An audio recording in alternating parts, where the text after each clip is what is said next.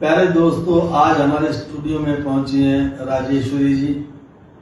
हमने इनको क्यों बुलाया है, इसका एक मुख्य कारण यह है कि आज जो समाज में नशे का प्रचलन हो रहा है उसके खिलाफ एक बहुत अच्छा अभियान चला रही हैं। ये चाहती हैं नशा मुक्त भारत हो, सनातन युक्त भारत हो। सनातन युक्त में इनकी परिभाषा बहुत अच्छी है। सनातन मीन्स जो सत्य था, सत्य है और सत्य रहेगा। ये सभी धर्मों के लिए है, सभी पूरी मानवता के लिए है।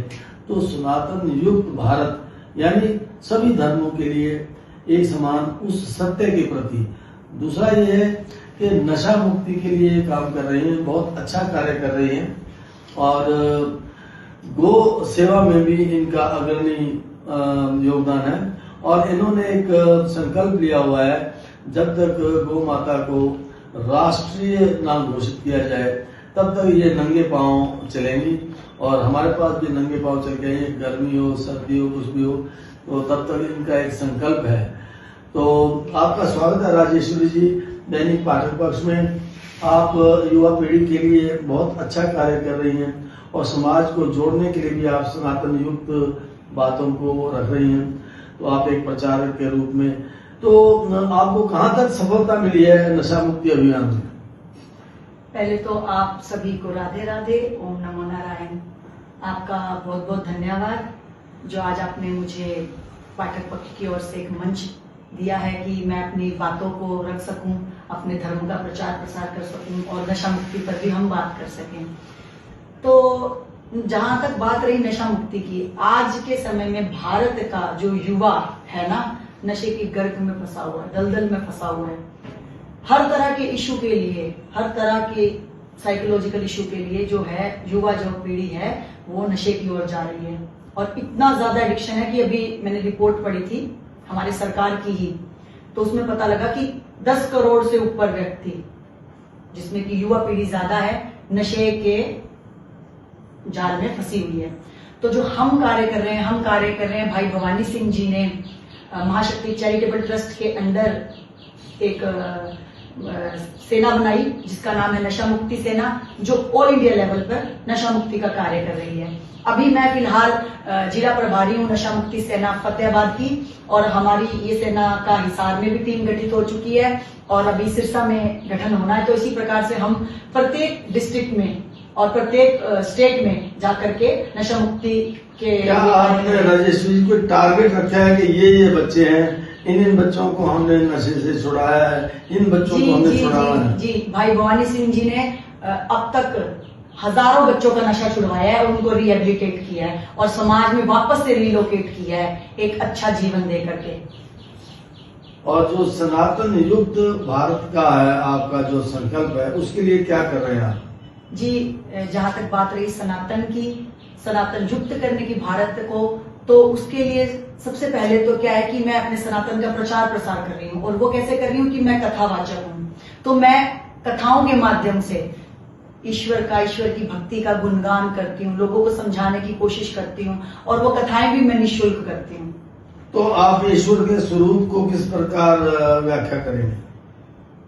देखिए, ईश्वर की लोग व्याख्या कर देते हैं, लेकिन मेरा जो अनुभव है ईश्वर के प्रति, जो मेरी अभिव्यक्ति है वो ये है कि मैं उसको व्यक्त नहीं कर सकती। ईश्वर को कोई वर्णन ही नहीं कर सकती ईश्वर का, मेरे पास शब्द नहीं है, क्योंकि ईश्वर को कोई चीज नहीं है, कोई साधारण शक्ति नहीं है।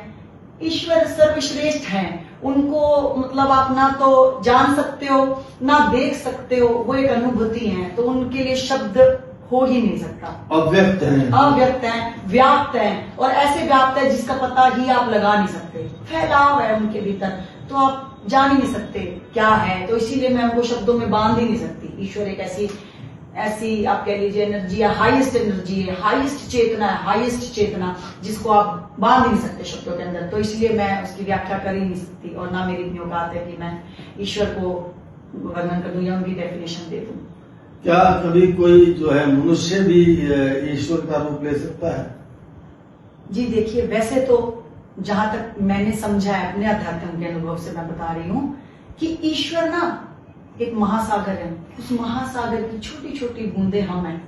और हम हमेशा उस चक्र में रहते हैं। जैसे जिस प्रकार से वर्षा होती है ना, वर्षा होती है, जल का भराव होता है और फिर से वो वाष्पीकरण के माध्यम से फिर से वो वापस जाता है, फिर वो सागर में मिलता है। तो यही प्रोसेस ना एक मनुष्य के जीवन में चलता है। लेकिन किसी मनुष्य का ईश्वर हो जाना या उसके समकक्ष भी हो जाना, ये मैं नहीं मानती कि हो सकता है कि कोई मनुष्य ईश्वर बन जाए। हाँ, हम उसके आंशिक तौर पर एक पॉइंट आयोटा हैं, जरूर है उनके, क्योंकि उनके अंश है, देखिए उनकी कृति है, उन्होंने अपने हाथों से या जैसे भी कह लीजिए अपने हम उनकी क्रिएशन है, उन्होंने हमें बनाया है। तो कहीं ना कहीं देखिए हमारे भीतर उनका अंश तो है ही। लेकिन ये कह देना कि एक पूरी तौर पे एक मनुष्य ईश्वर बन जाएगा या ईश्वर हो सकता है, तो ये मैं नहीं मान सकती। आपकी बात को बढ़ाते हुए मैं ये कहना चाहता हूँ कि एक छोटी सी परिभाषा आती है, अमृतस्य पुत्रा अमृता संभवम, कि तू अमृत पुत्र है ये मनुष्य, तू वैसा बन, you can not be God but like him. तुम उसके तरह से बनो, ना कि तुम ईश्वर एक है, एक ही रहेगा। लेकिन मनुष्य के लिए ओम अमृतस्य पुत्रा अमृता संभवम, सम शब्द ये कहा गया कि वैसे गुण अपनाने की कोशिश करो। तो राजेश्वरी जी, आप आज के संदर्भ में आम जनता को क्या संदेश देना चाहेंगे? मैं आम जनता को यही संदेश देना चाहूंगी कि ना लोग हमेशा आडंबरों में, पाखंडों में फंस करके ना यूं सोचते हैं कि प्याज लहसुन ना खाना, सात्विक रहना, है ना, तमस के गुणों को ना करना, ये सब चीजें, इन सब में भक्ति है या ईश्वर है। लेकिन ईश्वर ना इन भौतिक चीजों से बहुत परे की बात है। ईश्वर इस भौतिकता से बहुत परे है कि आप क्या खा रहे हैं, क्या कर रहे हैं। अच्छा मान लो आप सब सात्विक खा रहे हैं, लेकिन आपके उस भोजन का जो स्रोत है वो तामसिक है, तो क्या आप मानते हैं कि आपका भोजन सात्विक हो गया? हो ही नहीं सकता। आपकी कमाई आ रही है 2 नंबर के गलत कामों से और आप उससे भोजन पा रहे हैं बिना प्याज लहसुन का, सात्विक। आपने एक कहावत भी सुनी होगी, जैसा अन्न वैसा मन। लेकिन मैं कहती हूँ कि जैसा धन वैसा अन्न तैसा मन, कि जैसा आपका धन है ना, जो आपका स्रोत है धन आने का, जिससे आप अन्न खरीदते हो, वो होता है तामसिक, राजसिक या फिर सात्विक। यदि वो सात्विक नहीं है ना, तो आपका भोजन किसी प्रकार से भी सात्विक नहीं है, क्योंकि आपका इंटेंशन जुड़ी होती है हर चीज से, आपकी एनर्जी, आपकी वाइब्रेशन कार्य करती है उस चीजों में। तो जब आपका गलत एनर्जी से पैसा आ रहा है तो आप सात्विक भोजन कर लो, वो सात्विक नहीं माना जाएगा।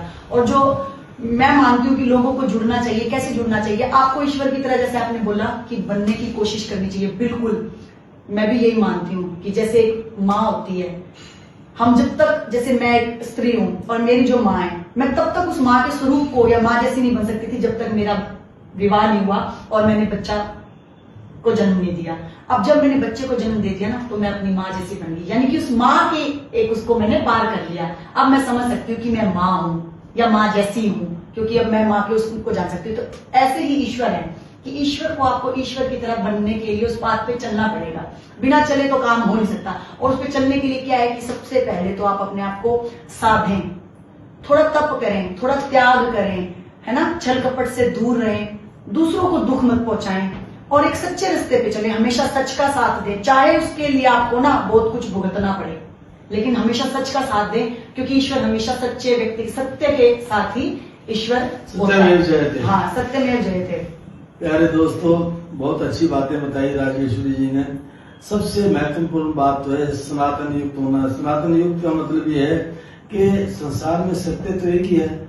हम अलग अलग धर्मों में उनके नाम अलग अलग कर देते हैं, अलग अलग परिभाषाएं दे देते हैं, लेकिन मानवता एक है, ईश्वर एक है, समाज एक है। ये इन्होंने बहुत अच्छा संदेश दिया है। दूसरा, इन्होंने जो फतेहाबाद की जो नशा मुक्ति सेना की प्रभारी भी हैं, तो सैकड़ों हजारों बच्चों का जो है नशा छुड़वा रहे हैं। तो इसमें इनका साधुवाद और परमात्मा इन्हें इसमें सफलता प्रदान करे। और साथ साथ में ये जो भारतीयता है हमारी, उसके भी प्रचार कर रही है, जो सनातन के साथ साथ समाज का भी पूरा वो कर रही है, साथ साथ में गौ माता के लिए भी, क्योंकि हमारे जो भारतीय समाज और संस्कृति है उसमें गाय का बहुत ज्यादा महत्व है। उस दिशा में भी बहुत अच्छा कार्य कर रही हैं। तो हम इनका बहुत बहुत, आपका राजेश्वरी जी बहुत बहुत धन्यवाद। आप आए, हमारे दर्शकों और पाठकों को आपने बहुत अच्छा संदेश दिया। हमारी परमात्मा से प्रार्थना है कि आप अपने जीवन के उद्देश्य में सफल हो और आपको पूरी सफलता प्रदान करें प्रभु। राजेश्वरी जी, एक मंत्र और भजन की कुछ पंक्तियां हो जाएं। जी, मैं आपको पंचाक्षर मंत्र की कुछ पंक्ति शुरुआती सुनाती हूँ। ओम नागेंद्र हाराय त्रिलोचनाय भस्मांगरागाय महेश्वराय नित्याय शुद्धाय दिगंबराय तस्मै नकाराय नमः शिवाय। भजन भी। आइए एक भजन सुनते हैं। हो पता नहीं किस रूप में आकर नारायण मिल जाएगा, पता नहीं किस रूप में आकर नारायण मिल जाएगा। निर्मल मन के दर्पण में वह राम का दर्शन पाएगा। राम नाम के साबुन से जो राम नाम के साबुन से जो मन का मैल छुड़ाएगा। निर्मल मन के दर्पण में वह राम का दर्शन पाएगा, राम का दर्शन पाएगा। धन्यवाद।